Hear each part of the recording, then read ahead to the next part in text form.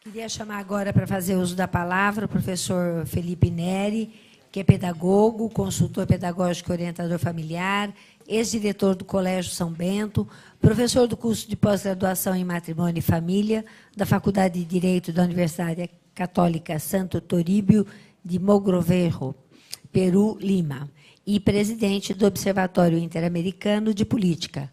Então, professor... Foram citados alguns pontos do meu currículo. O mais importante não foi colocado, mas também não estava, né? Que sou casado e pai de 5 filhos. Então, enfim, eu queria, nesse início dessa apresentação, começar dizendo o seguinte. Eu quero falar para os senhores não apenas como um professor, mas como um pai de família. É um tema que nós já estamos tratando e estudando já faz alguns anos. Na verdade, mais de uma década de estudo sobre esse tema.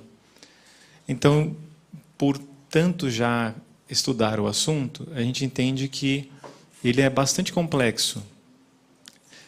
Entendo que é simples de falar, mas as pessoas, de modo geral, elas não estão muito por dentro dessa discussão. Então, eu imagino que muitos poderão ficar assustados com a apresentação. Por quê? A distância, o desconhecimento do que vem ocorrendo dentro da educação sobre essa temática pode deixar a muitos preocupados. Eu tenho visto muitas pessoas, a maior parte de nós, obviamente, tem se colocado claramente contra a ideologia de gênero, porque realmente, não só por ser uma ideologia, mas porque é uma temática que vai contra a própria realidade do ser humano. Mas nós encontramos algumas poucas pessoas que defendem essa temática. Então, eu pretendo aqui fazer uma exposição de dados, comprovando, mostrando problemas na educação em relação a esse tema, para que ninguém tenha dúvida, né? Qualquer pessoa aqui poderá, pela internet, pesquisar e levantar os dados que eu aqui vou apresentar.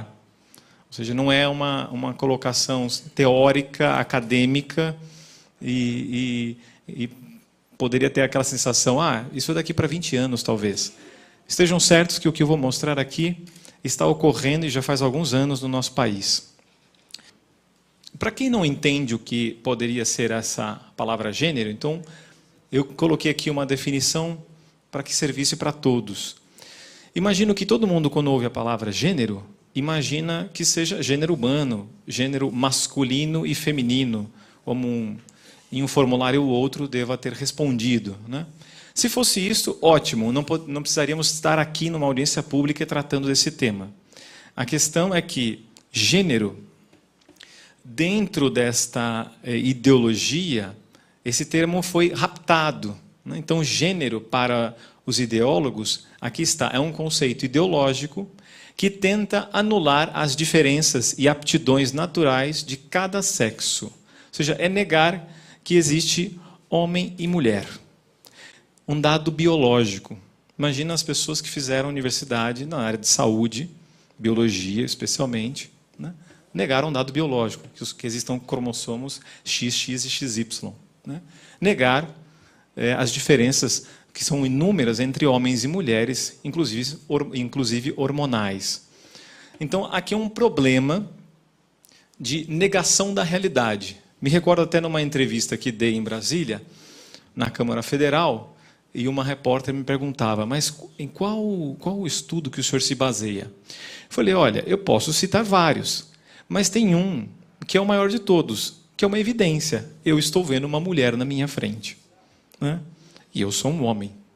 Então, uma evidência não se pode negar, né? E a questão de ideologia de gênero ela vai contra a família, mas contra qualquer também, inclusive até união. Por quê?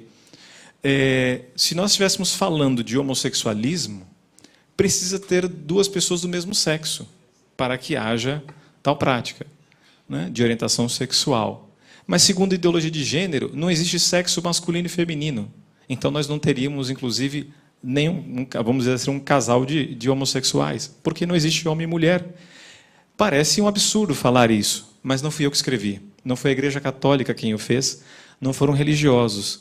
Foram pessoas que forjaram essa temática com objetivos bastante claros e que estão sendo deflagrados na sociedade faz bastante tempo, né? Inclusive, vou colocar aqui sobre a questão da Suécia, primeiro país que, de fato, implantou essa ideologia, conhecida por eles como identidade de gênero, né? Aqui eu coloquei uma frase do Papa João Paulo II para os senhores, por quê? Porque, imagine, isso aqui já faz bastante tempo que ele escreveu, a encíclica Evangelio Vitae, Evangelho da Vida, né?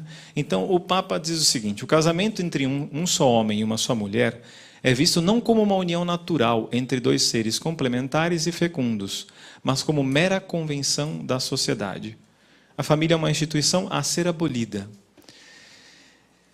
Vejam bem, esta ideologia, para os pais de família que aqui estão, isso deve ficar bastante claro, né?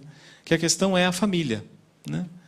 E nós assistimos no Plano Nacional de Educação a tentativa de se colocar dentro do Plano Nacional esta ideologia. A inserção dessa ideologia, muito pelo contrário, era a tentativa de se retirar toda e qualquer fala, imagem sobre família. Por quê? Porque família, segundo esses ideólogos, ela é, por si mesmo, discriminatória. Ser família. Ter um pai e uma mãe, isto escrito por eles. Nós encontramos aqui uma situação que nós chamamos de uma guerra da linguagem, né? Então, como assim?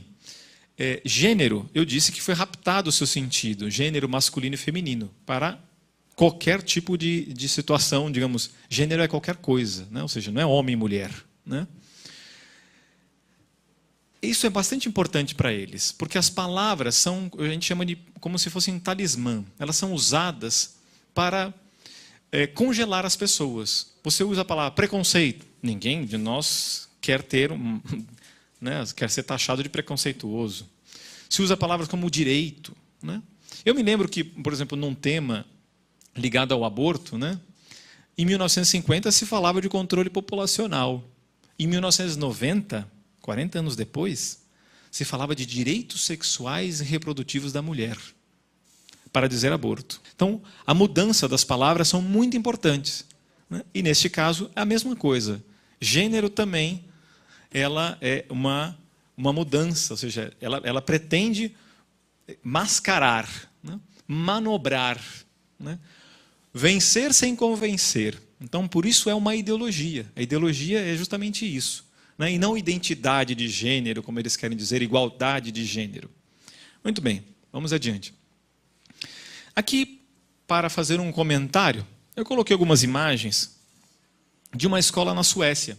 Como os senhores podem ver, as crianças estão de laranja, porque é proibido na escola da Suécia que utilizem cores que já, dentro da mente das pessoas, do cenário, estão mais assim direcionados que um homem usa, azul, e as meninas rosa. Então, proibido, né? Os meninos são obrigados a terem que brincar desde a educação infantil com brinquedos que nós conhecemos, que uma boneca, qualquer um imagina que uma menina vai brincar. E um menino com um carrinho, um boneco, coisa assim. Então, esta seria a escola ideal na Suécia. Por exemplo, vídeos feitos para crianças. Você não é menino e nem menina, no vídeo se diz. Você se faz, né? Imagina a confusão na cabeça da criança. Aqui é a questão. Imagina na cabeça da criança, que não entende absolutamente nada da questão. Uma criança de 5 anos de idade, entende? Então, o país na Europa que maior tem violência sexual contra a mulher é a Suécia, né? Ela cresceu enormemente estupro na Suécia. E os dados, né, da Suécia são incríveis. Eles tentam negar muitas coisas, mas como podem ser verificados, você vê que esta política, ela foi justamente tirando a autoridade da família. Orientação sexual é obrigatória a partir de 1 ano de idade na escola. No nosso país, nós baixamos para 4 anos de idade a entrada na escola das crianças. Muitos pais acharam maravilhosos isso, né? Digo para os senhores, crianças precisam de pais, dos pais presentes. Eu sei que é uma realidade difícil, né? Mas escola integral não é solução, porque colégio colabora. O protagonismo da educação é dos pais. É dos pais. Quem educa são os pais. Na verdade, o Estado deveria favorecer a família para que ela pudesse ter elementos para tal. A escola tem o seu papel, eu sou professor, né? Mas esta inversão ela traz grandes problemas e nós precisamos discutir isso. A Suécia foi na contramão e tem seus inúmeros problemas. Hoje é uma sociedade degradada, né? Então, os índices e os dados estatísticos da Suécia são gritantes. Então, se lá não deu certo, e não deu certo na Noruega e em outros tantos países, por que implementar no Brasil tal política? Na verdade, já está sendo implementada. Aqui, então, para que queiram anotar, não, aqueles que queiram pesquisar sobre o assunto, para que veja que aqui eu não estou pedindo que creiam nas minhas palavras, mas que verifiquem e que possam ver. Aqui tem 2 programas, né? De 2006, Saúde e Prevenção nas Escolas, Gênero e Diversidade na Escola. Então, se os senhores colocarem na internet, no Google, vão poder ter acesso ao programa e verificar quais eram as intenções e qual era o trabalho desenvolvido sobre essa temática nas escolas. Inicialmente, não foi para todo o Brasil, eram apenas 6 escolas em alguns estados, mas depois foi ampliado, né, para muito mais escolas, apenas como um programa. Aqui estão aqueles que são seus criadores. Nós temos o Ministério da Educação, a Unesco, a Unicef e o Fundo de População das Nações Unidas. Aqui um dos materiais bastante conhecidos também, que ajuda o próprio professorado, né, para tratar da questão, Gênero e Diversidade Sexual na Escola, reconhecer diferenças, superar preconceitos. Senhores, não tem nada de reconhecer diferença, não tem nada de superar preconceitos. Gênero, pelo contrário, cria por si só, né, uma mudança tal que desestrutura completamente a sociedade. Então, quando se fala de preconceito, é simplesmente para que, como eu disse antes, aquela pessoa, ela, por receio de ser taxada, ela não realmente se envolva com a situação e nem queira se inteirar.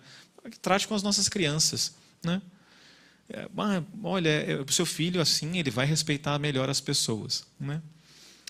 Muito diferente disso, a ideia vai bem distante do que se pretende fazer nas palavras. Nos papéis, a gente já consegue enxergar essa distorção da realidade. Em 2008, como os senhores podem ver aqui, é o primeiro momento em que esses programas eles recebem um financiamento altíssimo. O governo, então, investe 9 milhões para 13 mil vagas em 19 instituições públicas de educação superior. Já a ideia realmente, como eu disse lá no início, naquele resuminho, é formar, capacitar os professores.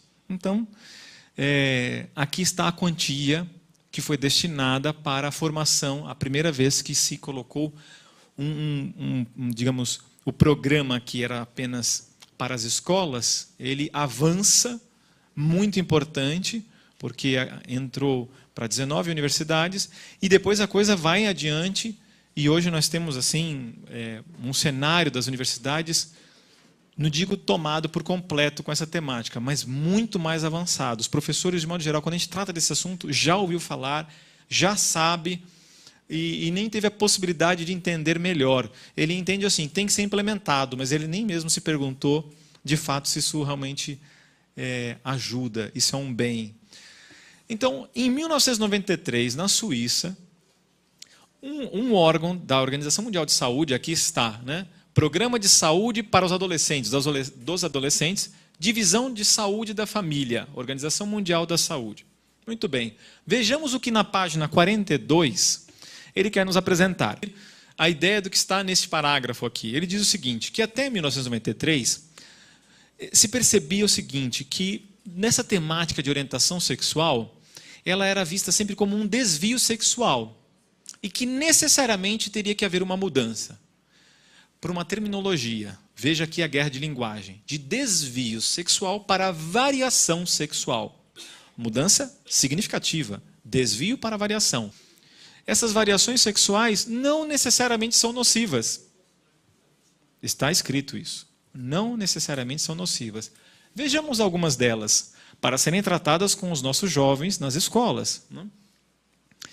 Sadomasoquismo, transexualismo, exibicionismo, fetichismo, pedofilia. Talvez os senhores não conheçam essa realidade, mas em alguns países como a Holanda e Estados Unidos existem entidades que tratam da pedofilia como se fosse direito de uma pessoa adulta em ter relação sexual com uma criança. Então eles chamam um direito que é, como se fala mesmo, padre? É o amor, amor. Isso, é amor intragerações, ou seja, entre gerações, né? Para tratar com as crianças. Ah, mas essa realidade está distante do Brasil. Não está, não. Tá? Então já estão tratando disso para que dentro de 15 anos qualquer um pareça preconceituoso. A questão aqui, para quem entende que está dentro desses estudos já faz algum tempo, é ver como a preocupação deles era ter uma mudança dentro do núcleo familiar. Então hoje nós temos a família, realmente, como dizia no início, o Papa João Paulo II escreve o Evangelho Vitae, que deveria ser abolida. Então, se tudo é família, nada é família. Né? Qualquer coisa é família. Né? Então, aqui é a questão bem chave nisso. Abalar a estrutura familiar. Os materiais didáticos e paradidáticos vão mostrar isso nas imagens adiante. Está no material. Né? Ele mostra assim, um menino de 9 anos de idade, que eu me lembro dos meus 9 anos de idade, estava interessado em jogar bola, em brincar e tudo mais, estudar. Eu lembro que assim, tem uma página que tem 2 furinhos assim. Aí mostra um desenho bem caricato, né? Fala como fazer sexo. Aí para você enfiar o dedinho, enfiando os órgãos genitais do menino e da menina. Do lado tem uma imagem também, do outro material, o que papai e mamãe fazem. É para criança de 6 anos de idade. Numa linguagem também, que qualquer família que veja, né, que tenha bom senso, fica agredida também. Ah, o senhor acha que então não tem que tratar de sexualidade? Quem trata é pai e mãe. Não estou pedindo para o Estado falar com os meus filhos sobre esse assunto.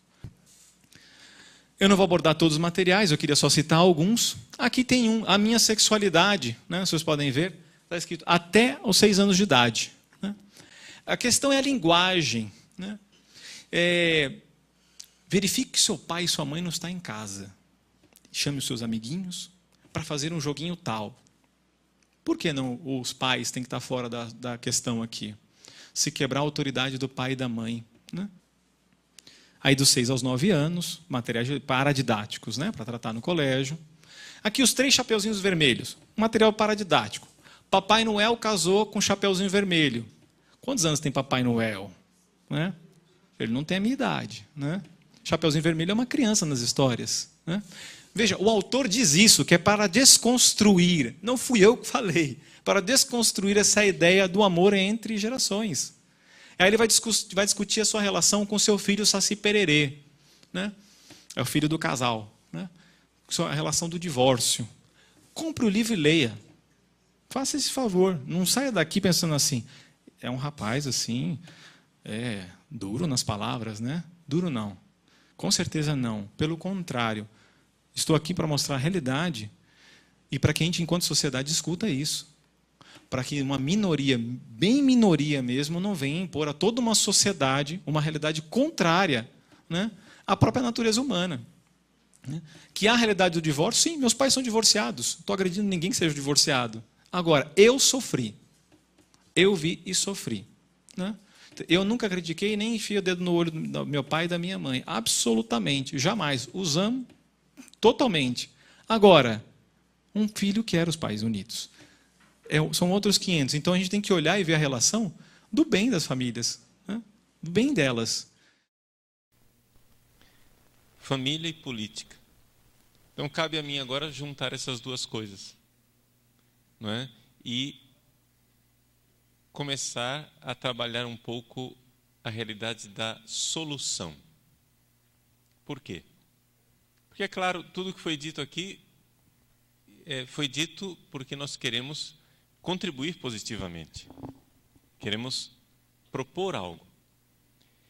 O problema é que a nossa sociedade ela está mais ou menos tomada por uma mentalidade de se colocar a solução na revolução, na mudança. Precisamos mudar. Então o brasileiro foi à rua querendo mudar. Vamos mudar. Mas o que é que significa mudar? E na nossa mentalidade, de uma sociedade revolucionária como é a nossa cultura ela é revolucionária, nós sempre olhamos para a mudança como algo positivo. Desagregar a sociedade, corromper o tecido cultural não é uma coisa positiva. Uma das perguntas que estão aqui é o seguinte, a pessoa perguntando, né, mas padre, tudo bem, querem destruir a família, não é? Mas quem é que sai ganhando com isso? É aqui que a gente começa a compreender onde está o problema. Quando você quer poder, para você ter um poder absoluto, você precisa se livrar daquilo que faz com que uma sociedade seja engessada. E o que faz com que uma sociedade seja, na cabeça deles, engessada, chama-se instituição. Ou seja, é necessário destruir as instituições para poder ter poder absoluto e transformar a sociedade numa massinha de modelar, em algo que eu posso mudar. Eu tenho poder se eu consigo mudar a sociedade. Então, é essa a finalidade, é corromper a instituição. Só que o brasileiro, por natureza, ele é contrário a instituições. Ele gosta da coisa pessoal. Diz que ela não gosta de trabalhar com as instituições, porque as instituições são frias e as pessoas é que são importantes. Ela está fazendo um discurso revolucionário, as pessoas não notam isso. Mas, ou seja, nós achamos que porque uma pessoa está com uma proposta de mudança, então a mudança vai ser boa, magicamente boa. Mas não é assim. O que é uma instituição? Eu vou dar um exemplo, vou começar a falar, eu vou falar de padre e depois eu aplico na família, ok? Depois, não preocupa não que a carapuça vai terminar na sua cabeça. Mas imagine um jovem sacerdote que, depois de alguns anos de padre, termina tendo problemas. Ele começa a pregar coisas estranhas, ideias meio heréticas. Daqui a pouco ele começa a virar liturgia de cabeça para baixo. Daqui a pouco ele não está mais vivendo o celibato. Os leigos, de uma forma geral, são muito críticos com os padres, porque vem esse tipo de desmando.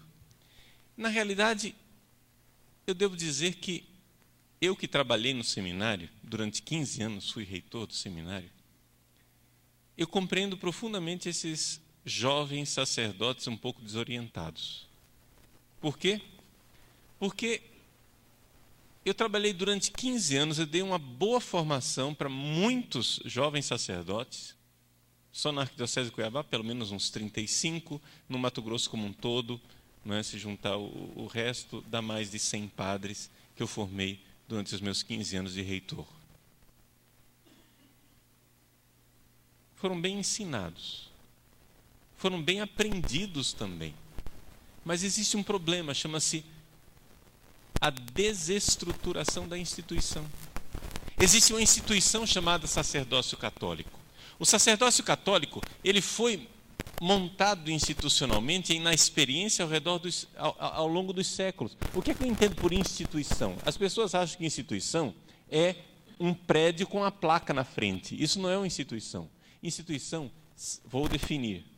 Instituição são as pessoas nos papéis sociais fixos e comprovados pelo uso e pela tradição que elas desempenham. Deixa eu explicar. Um padre, ele tem um papel social. Ao longo dos séculos se viu que para ele desempenhar o seu papel, que a gente chama na igreja de vocação, para viver a sua vocação, havia coisas que funcionavam e coisas que não funcionavam. Por exemplo, ao longo dos séculos, a igreja instituiu algumas coisas. Se você for ao Código de Direito Canônico, você tem lá um cânon que diz praticamente, né, num cânon só, o que um padre tem que fazer direitinho para ele ser um bom padre.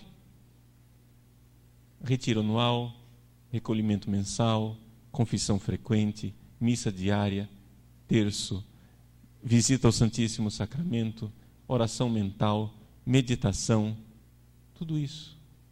Aí se você junta outros cânones, aparecem outras coisas. Usar o hábito eclesiástico, não ser apegado ao dinheiro, evitar convívios que possam ser prejudiciais para o celibato, etc, etc.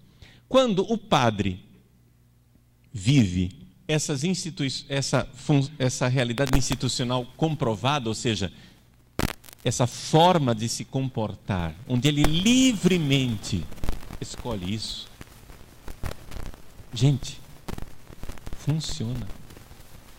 Está entendendo? Funciona. O problema é que antigamente, os padres eram levados a viver isso por um conjunto de costumes, normas, leis, que colocavam recompensas, punições, e levavam a pessoa a viver isso. O padre vivia isso automaticamente. Por quê? Porque toda a estrutura eclesial estava voltada para promover essa instituição do sacerdócio católico. O que acontece é o seguinte: o rapaz é bem formado no seminário, vamos supor, o melhor dos cenários, né? O melhor cenário, ele saiu de um seminário bom e vai para a paróquia. Mas institucionalmente as coisas estão um pouco fragilizadas. Pouco não, muito fragilizadas. E já não há mais aquele sistema de recompensas, de punições, de papéis claros, onde ele se comporta claramente como um padre, onde ele sabe o que é de padre e o que não é de padre, como deve ser um padre e como não deve ser um padre. Isso são coisas muito claras que ao longo do século foram comprovadas. Se há 50 anos atrás um padre se comportasse de forma diferente, não precisava nem o bispo chamar a atenção dele. A própria paróquia começava a gritar. Porque a instituição estava sadia, as pessoas sabiam o papel. Dentro da instituição eclesial, qual era o papel de um sacerdote? Então, eu olho para o jovem sacerdote numa paróquia e me pergunto, mas é realmente culpa dele? Porque vamos ser bem objetivos. Qual é a característica que a maior parte de nós temos em comum e por que é que nós estamos aqui hoje? A característica comum que nós temos é que nós estamos dispostos a nadar contra a correnteza. Se você está aqui, é porque você não é alguém que está indo com a correnteza. Você está disposto, mas você sabe o que é que significa nadar contra a correnteza. Você está, não é, de alguma forma, numa situação quase que isolada. Você mantém aquela série de usos, costumes e normas, não porque alguém está cobrando você, mas porque você tem um esforço interno para fazê-lo. Coisa que não é o normal na sociedade. Por quê? Porque as pessoas que vivem usos, costumes e normas sem que nada na sociedade propicie, as pessoas que vivem tudo isso contrárias à correnteza são, historicamente comprovado, sempre uma minoria. O cristianismo, antes de ser aceito em 313 por Constantino, ele se espalhou pela sociedade, claro, conseguiu sim ter um bom sucesso, mas havia uma maioria das pessoas que admiravam o cristianismo, queriam ser cristãs, mas não tinham coragem de ser cristãs, porque sabiam que aquilo era uma sentença de morte. O que é que está acontecendo no nosso país? Agora vamos para a família. O que está acontecendo no nosso país é que o brasileiro, ele é pró-família. Pode ser que a família dele não esteja muito bem. Pode ser que ele tenha passado pela experiência de ter pais separados, divorciados, pode ser que ele seja filho, né, de um pai ou de uma mãe solteira, pode ser que ele seja ele mesmo, alguém que vive uma união irregular, mas o brasileiro, ele é pró-família.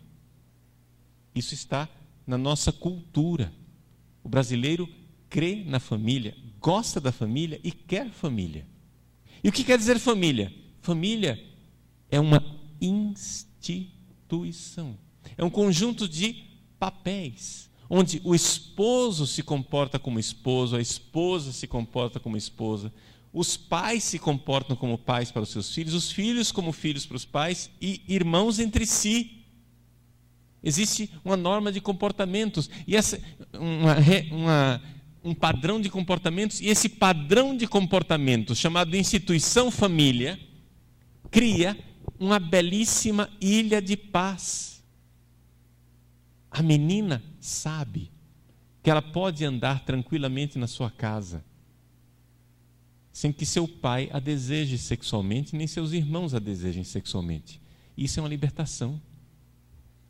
Isso é uma coisa linda, porque ela sabe que ela está protegida. Ela sabe que aqueles homens que estão ali podem, sim, manifestar afeto, mas não irão desejá-la sexualmente. Que coisa terrível quando a família se destrói e o próprio pai se transforma num predador sexual. Que coisa terrível o incesto. Que coisa terrível, por que a pedofilia é tão revoltante? Por quê? Porque aquela pessoa de quem a criança se aproximou esperando carinho de pai ou carinho de mãe, se comporta como um predador sexual. Ou seja, não há mais o papel. Não existe mais o papel. Agora o que acontece é o seguinte: há 50 anos atrás, uma mulher que dissesse: eu quero me separar do meu marido, eu não quero mais saber, estou cansada, não quero mais saber de família, ela ia para casa e os pais diziam: não, que é isso? Não, isso vai passar. Minha filha, seja forte, você vai conseguir. Volte para o seu esposo. Quando uma esposa se cansava dos seus filhos e cuidar dos filhos, havia um conjunto social a mãe, a sogra, as pessoas, todo mundo dizia: não, filha, olha, filho é assim mesmo, não é? O primeiro dá trabalho, o segundo é um pesadelo, o terceiro já te torna muito mais fácil porque você já acostumou. E é verdade. E é verdade. Eu tenho jovens casais que atestam isso. Por quê? Porque as pessoas incentivavam a vida. Incentivavam ter filho, por exemplo. Hoje em dia, quando nasce o segundo filho, a própria família diz: agora parou, né? Agora já vai ligar, né? Agora, basta. Existe toda uma atitude social de desconstrução da família, onde o filho torna-se um problema. E eu estou dando exemplo com mulheres, não porque eu sou machista, chauvinista, mas porque eu sou solidário às mulheres e compreendo que hoje elas estão no olho do furacão.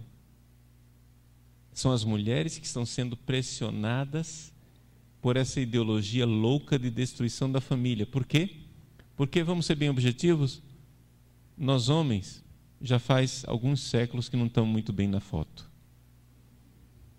Já faz alguns séculos que a instituição do pai de família se fragilizou muito com a Revolução Industrial.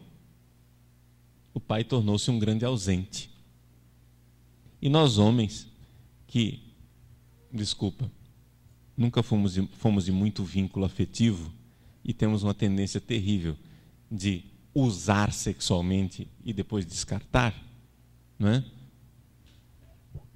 Nunca realmente representamos o esteio da família. Mas a família continuava de pé mesmo assim.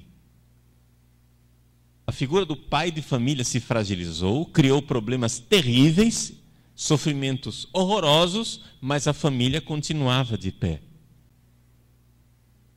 Até que os revolucionários viram que não adiantava para você acabar com esta instituição que, segundo eles, escraviza a sociedade, era necessário atingir a mulher e fazer com que ela perdesse a alegria de ser mulher, de ser esposa, de ser mãe, e começasse a ser uma cópia horrorosa dos homens. Você quer ser feliz, minha filha? Faz o seguinte, se vista de homem e vá trabalhar. Essa é a receita mágica do mundo atual. Põe uma roupinha de homem e vai trabalhar. É evidente que isso não pode nunca realizar o coração de uma mulher. É a destruição da família. O problema é que as mulheres, quando elas começam a acordar para isso, já é tarde demais, porque não sei se vocês notaram, mulher tem prazo de validade. Ou seja, um homem pode ser pai com 90 anos de idade, uma mulher não. Mas a realidade é essa, é destruir os papéis. E o que é que nós podemos fazer então, padre? Bom, a primeira coisa é nós compreendermos onde está o problema. Um dos tantos problemas está realmente que nós precisamos fortalecer as instituições tradicionais, a célula básica da sociedade, que é a família. E, portanto, estar presente politicamente para, na sociedade, promover leis que fortaleçam a instituição da família. Promover, em primeiro lugar, como é que as coisas vão acontecendo? Acontecem primeiro existem usos. São coisas que as pessoas vão né? Elas, por que você faz isso? Eu não sei, nós sempre fizemos assim. Depois aquele uso vai se tornando um costume.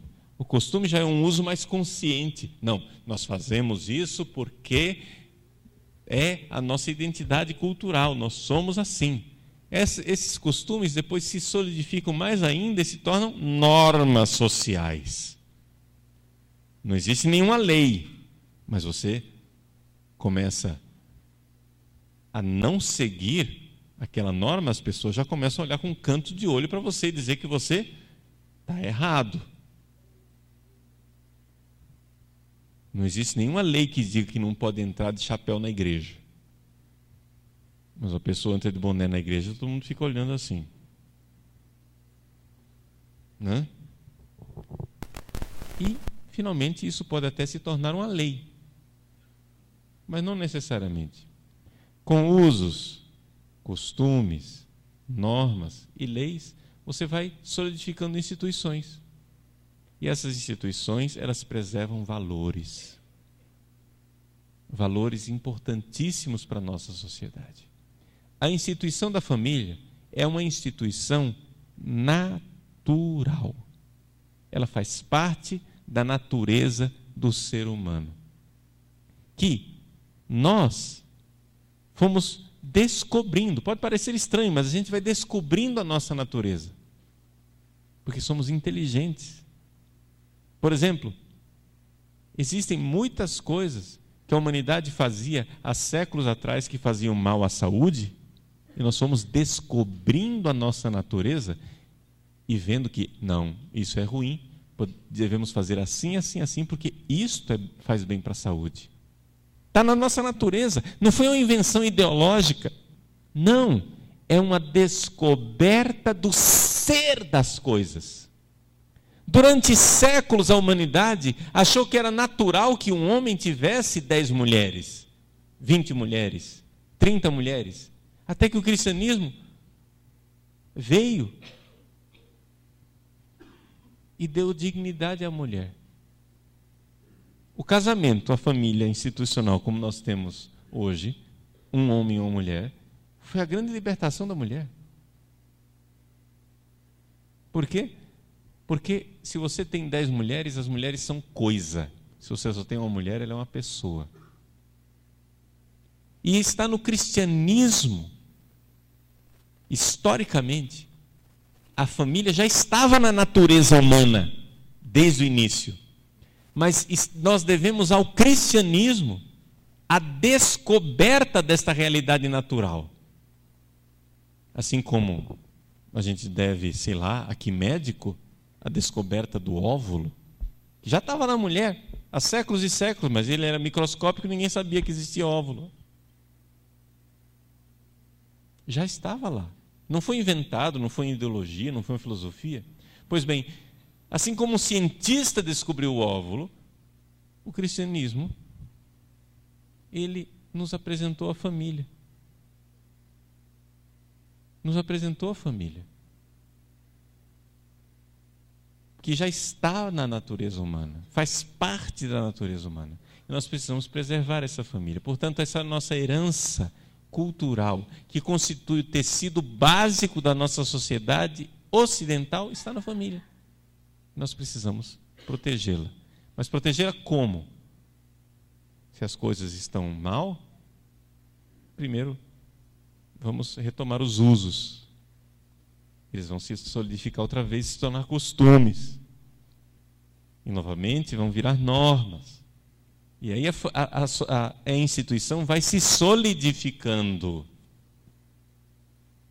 Agora, para isso é necessário pôr em ação um movimento cultural. Esse movimento cultural, nós poderíamos chamar, socialmente falando, usar esse palavrão feio, né? É um movimento conservador. Ele quer conservar os valores institucionais que a civilização ocidental deixou para nós. Mudar nem sempre é bom. Mudar, muitas vezes, é extremamente ruim. As pessoas perguntam aqui tem uma série de perguntas, assim, perguntando: Padre Paulo Ricardo, como votar? Não é? Bom, eu vou dizer uma coisa para vocês bem objetivamente. Eu não tenho resposta para tudo.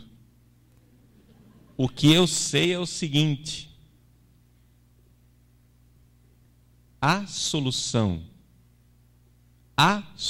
para os nossos problemas não está simplesmente numa maquininha onde eu digito alguns números e ela faz blim, blim, blim. Ou nós colocamos em ação um movimento cultural de retomada civilizacional, ou não vai adiantar. Nós precisamos fazer a tarefa de casa, porque senão, a cada 4 anos, nós vamos ter que novamente, né, entrar naquele drama do suicida, que a gente não sabe se morre envenenado ou se morre enforcado. Vejam, eu acho que é muito importante, nas eleições que se aproximam, se você tem candidatos que lutam por esse movimento cultural, então não somente vote. Não faça somente isso, é muito pouco votar. Você precisa ser um militante do voto. Se você tem candidatos positivos, você precisa pedir voto. Você vai sofrer com isso, claro, algumas pessoas vão dizer: sai daqui você, etc e tal, mas vocês têm que lembrar o seguinte, gente: as pessoas não têm em quem votar. As pessoas pegam papel no chão para saber em quem votar. E se você tem algum candidato válido, bom, no qual você confia, então seja um apóstolo do voto. E se você tem uma situação em que você não sabe absolutamente se escolhe entre Satanás, Belzebu ou Lúcifer, o que eu devo dizer a você, a primeira coisa é que o voto nulo e o voto em branco não resolve, só facilita a vida deles. Mas como que eu vou votar numa pessoa com a qual eu não concordo em tudo? Não é um casamento, não se preocupe. Tá? Você vai fazer o seguinte: se realmente não tem opção, não é? Você toma um engove e vota no menos pior. Onde, muitas vezes, o menos pior é a alternativa de você dar a ocasião de eles brigarem entre si, enquanto a gente ganha mais tempo. Porque nós precisamos de tempo. A realidade é essa. Nós precisamos de tempo. Por quê? Porque nós precisamos fazer a tarefa de casa. E a tarefa de casa não é simplesmente uma urna. A tarefa de casa é um movimento cultural. Para nós cristãos, essa palavra cultura, nós sabemos antropologicamente que ela se chama espírito. É um movimento espiritual. As vacas não têm cultura porque elas não têm alma. Ou seja, é um movimento espiritual. Como nós estamos aqui falando de política, e não estou aqui para dar aula de espiritualidade, então a gente chama de movimento cultural. Mas dentro desse movimento cultural, claro, tem a religião, tem a espiritualidade, que aliás é o motor da história. Marx achava que a religião era o ópio do povo. Eu simplesmente acho que a loucura de Marx não é o ópio, é um veneno na veia do povo. E que a religião produz muita saúde, sim, senhor. Uma sociedade que realmente teme a Deus e quer amá-lo, é uma sociedade que vai bem. Quem dera no Brasil nós tivéssemos congressistas, presidentes, senadores, governadores que tivessem medo do inferno. O Brasil seria diferente. Infelizmente, o que nós temos são homens e mulheres para além do bem e do mal. Né? Eles são deuses. Nós somos um país muito agraciado, a gente elege funcionários públicos para nos servir e aí a gente ganha de presente deuses. Eles acham que se eles passarem uma lei, abolindo a lei da gravidade, as coisas vão parar de cair. Eles acham que podem. Eles acham que podem. Não é? Alguém precisa dizer para esses senhores que há coisas que são imorais. O aborto quer fazer um plebiscito. Eu concordo com o plebiscito do aborto se a gente fizer antes um plebiscito para votar se deve matar ou não o presidente da República. Ora, se você...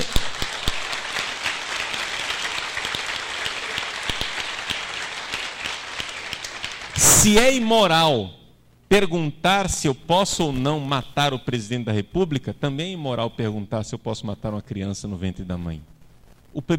A própria pergunta é imoral. Ela não deve... É claro que se fizerem um plebiscito hoje, nós vamos ganhar. Evidente. Mas ele não deve acontecer. Porque ele é imoral. É imoral, porque quando uma sociedade começa a achar que é normal, que nós temos poder de decidir se as crianças irão viver no ventre das mães, essa sociedade passou uma barreira da moralidade.